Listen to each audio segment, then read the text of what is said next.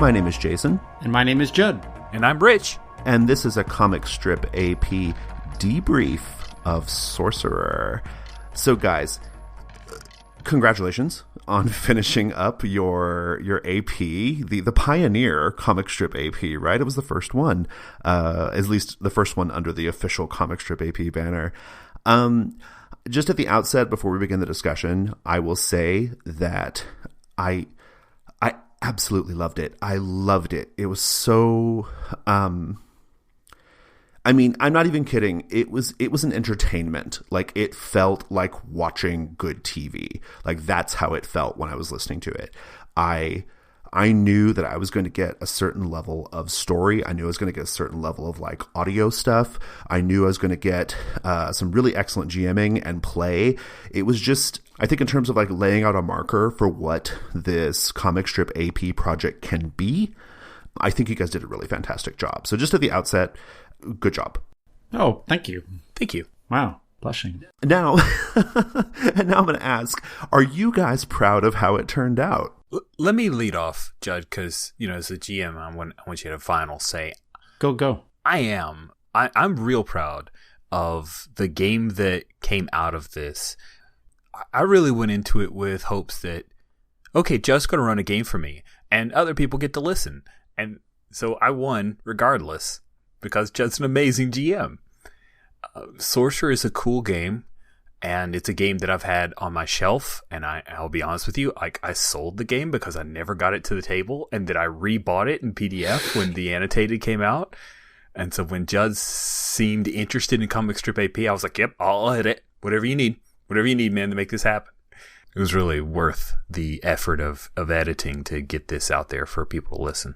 Nice. What do you think, Judd? Are you proud of it? I am. It's a neat way to GM. The comic strip AP format is really interesting to me. I was interested in it from kind of first getting a grip on it from Discern Realities, and then you posted up a document about, hey, we're going to do comic strip AP, and this is how you do it. And as soon as I read it, I IM'd Rich, and I said, can we do this? I really want to do this. This is really interesting. It's almost like a strange GMing exercise where, you know, instead of a 10K, you're running 15-minute sprints, because that's really what it is. It's these sprints, you know, and it's 15 to 20 minutes. It's a really interesting amount of time because it's like a scene and a half generally, right? It's like, it's not quite 3 scenes usually, but it's definitely more than one probably. So you kind of just get enough to like dig into one thing and then set up the next. Yeah, I find it's like a scene plus like enough to get to a cliffhanger on the next scene. Yeah, no, right? totally. That's kind of what it, like the pace of it is, it seems like to me. Yep. Well, so I'm sorry, I cut you off, Judd. I'll let you finish. No, but I am proud of it, and I liked being able to play Sorcerer. I liked being able to play like a stripped down version of Sorcerer where it's not real gimmicky. It was fun playing in New York City, which is which is my home and where I end up walking around all the time because I commute to work every day, and I end up being in different libraries and going here and going there, and it was fun. It was a fun thing. I'm proud of it. I liked it. I loved playing with Rich. I liked how he would surprise me and come out with things that I never saw coming. It was fun. It was a lot of fun. I insisted we play in New York City as soon as we started talking through it, because I said, man, New York City, why not? It's its own character, and the fact that you're there, and I've only been to New York City a few times myself, so it was fun to experience it through Judd's descriptions of places, like little offhand things, like, oh, they don't sell cigarettes here anymore, or some stuff about the subway, or this is this diner, and you may have seen it in Avengers. Like, all those little bits were neat little nuggets that happened every once in a while. That part of it stuck out to me immediately, almost from episode 1, this idea of the city being a character and how much that came through. It felt like, it felt like, you know, the city. It felt like you guys were telling the story of Percival and his coven and the city, you know, like it all just kind of worked really well. I thought making the demons buildings in the city was a really good choice. And like, I want to keep seeing like how that goes, right? Like I want to keep playing in that world, you know, but thank you. It was fun to get a glimpse of it. Okay. Well, so let's talk about like let's just talk about the format. So Judd already kind of mentioned it, but like, I'm just curious, like, this is the first time you guys had done it, right? I mean, Rich, you kind of do it a little bit on +1 forward, at least like the sort of condensed play, but not the like week to week condensed play, right? Yeah, it's a totally different animal. Really, I'm just running a demo, and that was just stolen straight from the Forge booth in IPR back at Gen Con. That's all I was recreating there. I mean, I was inspired by a DR and how much success you guys had, and we talked about doing that for +1 forward, but then I really wanted each game to have a demo, and so yeah, it's a totally different animal. It's a different animal. Well, so because it was kind of a different animal for you guys, I'm curious, just like, how did you feel about the format? Did you find, how did it affect like how you planned? How did it affect your play? Were there things you would do differently next time? Just all that kind of stuff. I feel like with Sorcerer has this thing, as a GM, you want to have bangs, which are these things that come up where the player has to react to it. In that 15-minute format, it's always really interesting of where do you put your bang? Do you lead with it, or do you end with it, or do you stick it in the middle? And there's kind of it's interesting. It's interesting playing in a totally different way and having this structure that we're putting on ourselves. And it makes you really think about where you put the decision point. And that was really cool, just as like a GM to, make me think about GMing in a whole new way. The hard part is that you have so much downtime. It's hard. When we met up for the third game, I almost said, Rich, I don't want to play this anymore. It's not going well. We need to throw it all in the garbage. And I think we hadn't put anything up yet. Yep, we hadn't. I just didn't like how it was going. And then the third game, it all came together for me. And I at the end of the game, I think I told Rich, I said, I was ready to can this. I was not having fun, and I didn't like it. And it's difficult. It's a really difficult, fun format. It's because you had to do it, and then you had a week to ponder it and to think about every little thing that went wrong, or that you perceived to have gone wrong, and what you could have possibly done better. I will tell you from the listener's end, it is not discernible at all. Awesome. Like, it sounded great, and thank you.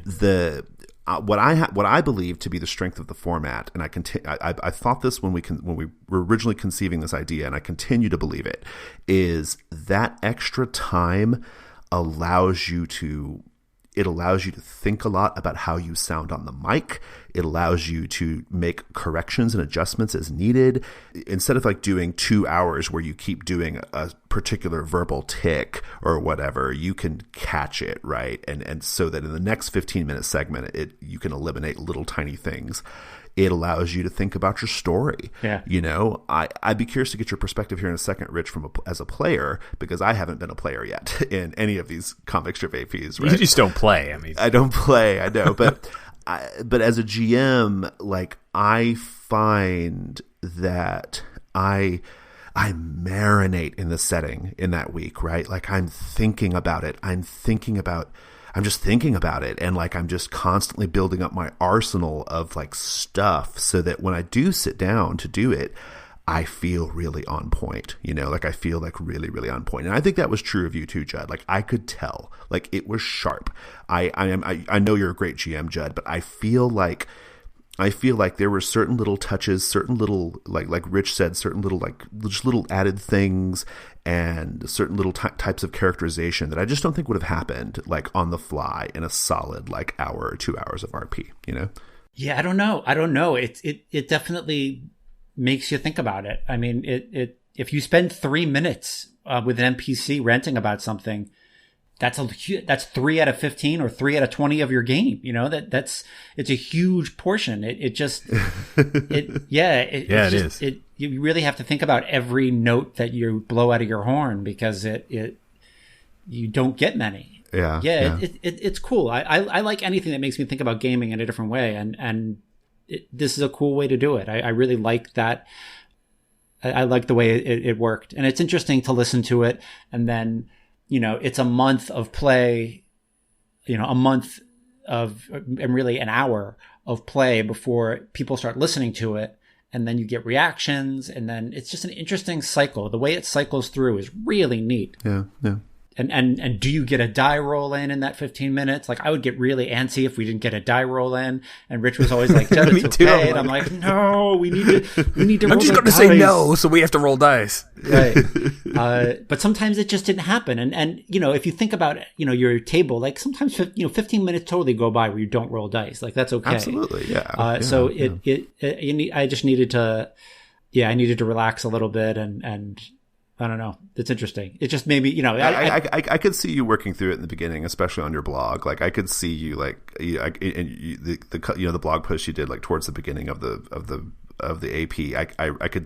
I could tell like kind of where you were at, right, with it, and just based off reading that, and I think it was interesting. I think it ended up being really, really great. Thank you. You know, Rich, as a player, give us the player perspective. Like, how do you feel about the format? It's great. Like, you show up, you BS for 5 minutes with your buddy, you play for 10 to 15 minutes, you could just really dial into the character, right? No break. Like, you know how some people, when they're writers, right, they want to turn off all their apps and everything. A lot of times in a 3-4 hour game, there's just all this lax space. There's all this play, this social aspect. And this is just, bam, it's almost like an acting exercise, like a little bit of improv. Occasionally we're going to engage a rule, but everything I've got up on both my screens is 100% this game. That's all I do for 10 to 15 minutes, and that's really enriching. Like, it's so cool, and I've got one of the best GMs I've ever met running it for me, so that's selfish. One of the things that happened over the first few sessions towards the end is that I realized there are some things that I could do besides just, you know, think about how cool it is in between for the whole week. But also, hey, I could go back, because I record this over YouTube, and just so I can have it for reference, right? It's just the raw audio, no edits, no sound, whatever. It's just exactly what we did. And I'll go back and I'll rewatch it so that this is what happened last time. I can have some notes. Like, I can help get that going. Because early on we were just like, hey, what do we do? And as we got more and more, and I developed like, this is what I can do as a player. I would come in and I would say, hey, you know, here's what I remember, and here's when I listened to it a little bit ago, because it's like 15 minutes, so it's really easy to re-listen to it. Right, yeah. And give those notes. And I felt like our what happened last time got more and more on point and helped to launch each session better. I noticed that too. I noticed that the recaps they were much more precise as the series went on. Yeah. In the beginning, they weren't bad. I mean, they were fine, but like, and I was able to. I remember the stories pretty well, so I didn't really even need the recap that much. But I did notice that as the series progressed, the recaps in particular they were really sharp. They were short. They were on point, and they like did their job like in a really, really like succinct way. And I think that's just practice, right? I mean, that's just a thing that like you get better at. But let's switch gears just a little bit. Well, kind of sticking with format, but I'm curious about like Judd, like the actual game itself, like just the Sorcerer. Yeah. Did you have to make any changes to the game to support the format? You've already kind of hinted at it a little bit, but what do you think? Not really. I've always wanted to play, like, I feel like, I don't know, my first decade with Sorcerer, I've always been like, oh, what if demons were something crazy and sorcerers were something else bizarre, and I just tried to fill it with gimmicky stuff, you know. What if demons were giant robots and sorcerers were the kids who, you know what I mean? I just did all this kind of zany stuff. And so when I went to Rich, I was like, I really just want to do a really down to earth modern horror sorcerer game with like no chrome, just like a V8 engine, and let's put the pedal to the metal and go. I don't know. I played so much Sorcerer and I haven't done that. And that's just a damn shame. There wasn't much of anything I think we had to change. We didn't. Yeah, I can't. I think very often I'll do the initial binding with the demon as kind of like a prelude to kind of that'd be cool. To kind of give sorcery flavor. And we kind of skipped that because I just wanted to get right to the kicker. Because if we had done that, that might have been the first episode, right? It's just like binding the demon. So we kind of skipped that. But other than that, I feel like we pretty well ran it out of the book. There were a couple of times where, like there's a die mechanic and economy where your successes from one roll into the next. And there were a couple of times where, because it was a week between rolls, we forgot some dice and we left them on the table. I think it actually messed Rich up in the big fight where he ended up, getting shot in the chest and in a coma. Like there were 3 dice that he should have had, and he didn't. And that's okay. Like that's not the end of the world. Like it ended up only being the cool. people who know Sorcerer like really well and who are listening to the show one episode after the other are gonna like know that, right. Like nobody else is gonna know that, yeah or anybody listening to this. Right. But no, I think we pretty much ran Sorcerer right out of the book. I can't think of anything else that we really changed. Yeah, I've never read it, so I wasn't sure. There were a few times that we actually consulted the book, and I cut that out because that's not super good audio. But there were times like, I think it goes like this. Let's double check it. Cool. All right. We're good. Yep. Roll forward. Yeah. That's interesting to hear. That's one of the things that to me is really interesting about this project is how the different teams like adapt the rules or adapt the play to fit the format, like the Dogs guys, like the way they handle that very, very like high dice overhang game. That is the smartest decision. Yeah. Like, wow. It was super clever. Like when they said they were going to do Dogs, I was originally like, how is that going to work in an audio format, right? An audio only format. Yeah. But so yeah, that part of it's really interesting to me. David and I and Tom and I in Monster of the Week, we're just playing the game really straight. Like there's we're doing no adapting at all of the rules. You don't have to. PBTA games, you don't have to. Like PBTA games are super, super good for any audio format, I think. But so that's really cool to hear. I'm not familiar enough with Sorcerer to know how that was going. So that's cool. One really nice thing about the format that I love is it made skipping like next to impossible to do. Like if we the only reason we ever skipped a week is because we just couldn't get to the computer. Like there wasn't any, energy punk out or I just can't do this week or, because it's getting together with your buddy and hanging out for a half hour, really. It's a half hour to an hour. Super by design, right? Yeah. Like you better believe I had that at the top of my mind when we were coming up with this. Absolutely. It's cool. And I would love to see it. I know that you've said things like this, but I just want to reiterate. I would love to see it explode. I feel like any people with a game and a phone could get their own comic strip AP podcast up and going super fast, super, super, super fast. And I'm not trying to, take for granted Rich's amazing editing, which I think we need to kind of get to, but the kind of radio play vibe he gave to it was really amazing. So that's really cool. But the democratic, the way that this is just kind of easy to get together and do by design is really, really awesome. That was a lot of fun. Yeah, I'm glad you brought that up. That's my hope for this project.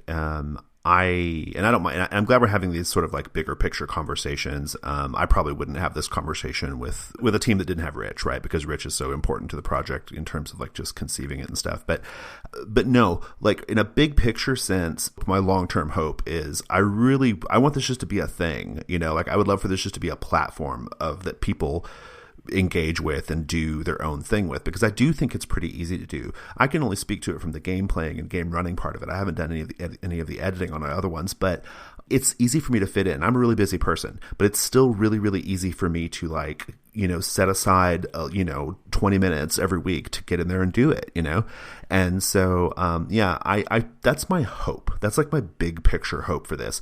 The first, really up until today, even, I've been so curious just to kind of see how the project proceeds and like to see if we can do it and to see if we can keep producing and keep putting out episodes and keep expanding the circle of people who are involved, that I haven't been like so focused on like, well, how do I get the word out, right? And I think that's on me. It's on me to kind of like push it to that next level, right? But because it is so new, it is so different. And but yeah, I'm with you. I want this to explode. I want people to grab this and do something with it. It was a point of conversation at Dreamation, I'll say. There were several people who were like, I would like to do that. Like I heard it and I think it's really cool. Nice. I'm like, oh, you should definitely do that. That's Please exciting. do. Yeah. Awesome. So okay, cool. Well, let's get to the editing and the audio stuff. Rich, beautiful job. I mean, Thank you. There was you always do a nice job on the edit, and that's something I don't want to take that for granted, but I kind of do take it for granted, right? But the part that really got me was the first time we saw the sorcery, right? The first time we saw that, like, I can't remember. I think it was like somebody being buried in the foundation of a building or something like that. Oh yeah, it was. That shit was intense, and like the audio really backed it up, right? Like it was, you had those like kind of like those sort of like dissonant, crazy strings that would happen during certain moments. Loved all that stuff. Like from an audio standpoint, and from like a sort of creative / audio standpoint, like what were your goals with all that? First and foremost, right? I don't want what I'm doing to discourage anybody from doing comic strip AP because they're like, okay, I really don't want to get into Audacity or any sound editing, GarageBand, whatever, and get confused and be frustrated. I've been doing podcasting stuff since Judd and I were doing Cannon Puncture way, way back in the day, right? So I really wanted to push myself a little bit. And so I wanted to create soundscapes. And I didn't want to do Foley, I didn't want to do actual individual actions. There were a few times doors opening and the like, but I was able to get a couple of episodes in before I really started to add in and layer in the music. And I'll go through and edit all the false starts and any rules checks and all that kind of stuff and cut out any pauses first before I start to lay in the sound effects. And I'm really looking for stuff to score a scene. I want Judd to set a scene. And then once he's framed that scene, I just want to reflect and maintain the mood that he was setting. There were a few shows that I kept in my mind. Like there's a TV show called Prophet that had Adrian Pasdar from a long time ago. And that was a huge inspiration for me in how I would play Percival. And then, because I had Christian Bale in my mind, American Psycho was there too. But the building stuff, from that moment that you just described, that was when it took everything to the next level, and it just went Hellraiser. Like, this is just like Hellraiser. This blows my damn mind. That's nice. And I was up on Free Music Archive just looking through experimental kind of sounds that people had already done because I wanted something that was really well produced, and I'm still figuring this out. And I found Encounters with Abusive Men by Silver Process, and that's what I use for all the sorcery music because there are parts of that song that I could strip out and just lay in as a bed of tonal sounds and then minimize it so it wasn't over what we were saying. And it was just, there were times we would just line up perfectly. Yeah, that song was so good, and I'm glad that it had an impact because that was... Man, once I got that, I'm like, okay, this is it. This is what says sorcery to me. Nice. It was cool. It made it really cool. Yeah, it made it really cool for me to go back and listen to it. Like the new podcast would come out, and like I was there, but I still wanted to listen to it because I was like, oh, what did Rich do? Right. Because it's still different for you, right? I mean, with all that stuff. Yeah, it added a lot. It was great. I mean, I'm glad you brought up like if we're trying to like pitch this to other people to do their own like. I don't think anybody like I don't expect like people to be able to like edit and do audio engineering at that level or like YG on the Young at Heart one, right, which was fucking brilliant, right? Like all that audio engineering. I don't expect that just because like on David and I show, like, I mean, David, the editing is fine, but we don't do any frills. It's like completely no frills, like role playing, right? It's still fun to listen to. It's still a really fun show to listen to too. Like I still listen to that one on my way to work, like it's not. Oh yeah. Same here. Domenico's great. Yeah. No complaints. I think what I'm getting at is like, I'm excited like about what everyone brings to the table, right? Like on the dogs one, I just dig the I dig Tim's characterizations a lot. I dig the little musical cue that they do for the the to set up the stakes and stuff. On Domenico, on all of ours, I try to go in personally. Like I know we're not going to have any frills, so I try to be the frills, like in the way I do voices and stuff. I try to like go in on that. If anybody wants to do it, like you just kind of find your way you're going to do it. And I think that's kind of what's cool about this project, But having said all that, though, I mean, God, yeah, the stuff on Sorcerer, it really did add a lot, Rich. It was great. Yeah, it was amazing. Cool. There's one where I got stupid, obsessive, compulsive about there was a scene that happened in the coffee shop with Addison, which, by the way, I just want to say, the scenes with Percival and Addison were my favorite parts of the whole shit. There was just something about that relationship. That's interesting. It was neat. I love the way you portrayed Addison and how how he led and how he facilitated was a cool character. But, he got his jaw beaten in, so he was typing. And I'm like, how do we portray this scene? Oh, yeah, that was good. Yeah, that was a good touch, the little typing stuff. Oh, my God, that took so much. I could tell that was a lot of editing. I was like, he spent a bunch of time on this. I found this YouTube of ASMR, which is just people doing a sound. It's something that people go to sleep to it, right? Autonomous sensory meridian response, whatever. It's just basically a thing you can go to sleep to, or supposedly it's just people it helps you zone really out. Soft like this and making little noises. Yes, right. Jason, you need to do one of those. Like 10 hours of Jason just talking softly. But there's one of typing, and I would just go in and find, okay, he talked for this long. Okay, really, you would type for like the next 4 minutes. But no, we're just going to do it when he's talking. And I would underlay that. It came out really well. It took a bunch of tries. But I was happy with that. Yeah, I could tell you were having fun with it. Well, awesome. I think we're probably nearing the end of the time here. Is there anything else either of you guys want to say about your Sorcerer AP? Or maybe give us a hint of what's to come? It was really super fun. I don't think we're done.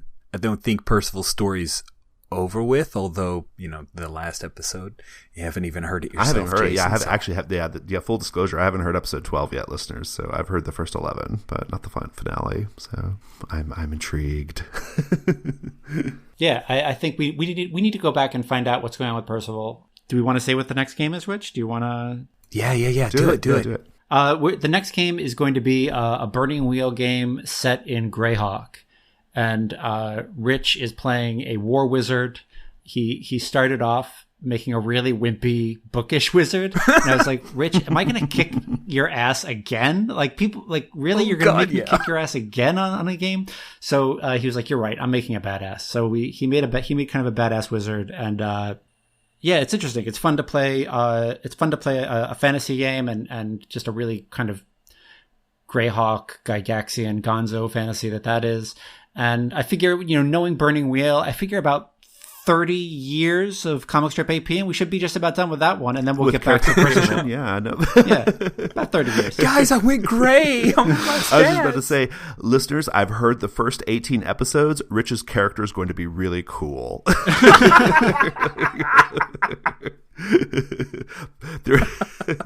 That life path choice you made in episode 12 was amazing, Rich. The one where you went from candlestick maker to bread baker. Nutso. Yes. Oh. We have to give Burning Wheel a hard time because Judd's on. Yeah. Well, you have to give it a hard time because it's the gauntlet, and that's like we do. Tradition. It's true. No, I'm super excited. I'm actually really, really excited about that. There are people who really love the Burning Wheel, and I think there are a lot of other people. I know in our community there are a lot of people who have not played the Burning Wheel and are really what I like to call Burning Wheel curious. And so this is your chance to convert them, Judd. You've got your shot in 10-minute increments. So yeah, we'll see how that goes. No, I think it's gonna be terrific. I know Judd's a great BWGM, so I think it's gonna be cool. Awesome. Well, guys, congratulations again. Thank you so much for participating in the project. I think it really. I think in some ways you guys kind of put yourselves out there, right, for being the first ones and really kind of being willing to kind of like grab this weird format by the horns and do something really awesome with it. So just thank you guys so much. No, thank you for the platform. It was really cool, and the format is interesting, and just thanks for the place to put it. Thank you, Rich, for editing. Oh, thanks, Judd. Awesome. Really, you forged the path, Jason, with Discern Realities. You laid it out. You're like, here's the outline. Just bold and make it. And, it was well, David gets some credit too, right? But yeah. True. Well, awesome, guys. Thanks again so much. Hey, listeners, if you want to get in touch with us, go to our website. It's gauntlet-rpg.com. We are on Twitter at gauntletrpg. We always love your support on Patreon. It is patreon.com/gauntlet. Judd, where can we find you? I'm on Twitter as Judd of Cryos. That's JUDD_of_KRYOS. And if you Google the term Githyanki Diaspora, that's my blog. Awesome. It's a very good blog. Rich, where can we find you? You can find me on Google+, also on Twitter, ORKLORD. And that's the best place to find me. Awesome. Cool. All right. Well, thanks again. And thanks, listeners, for listening to our debrief.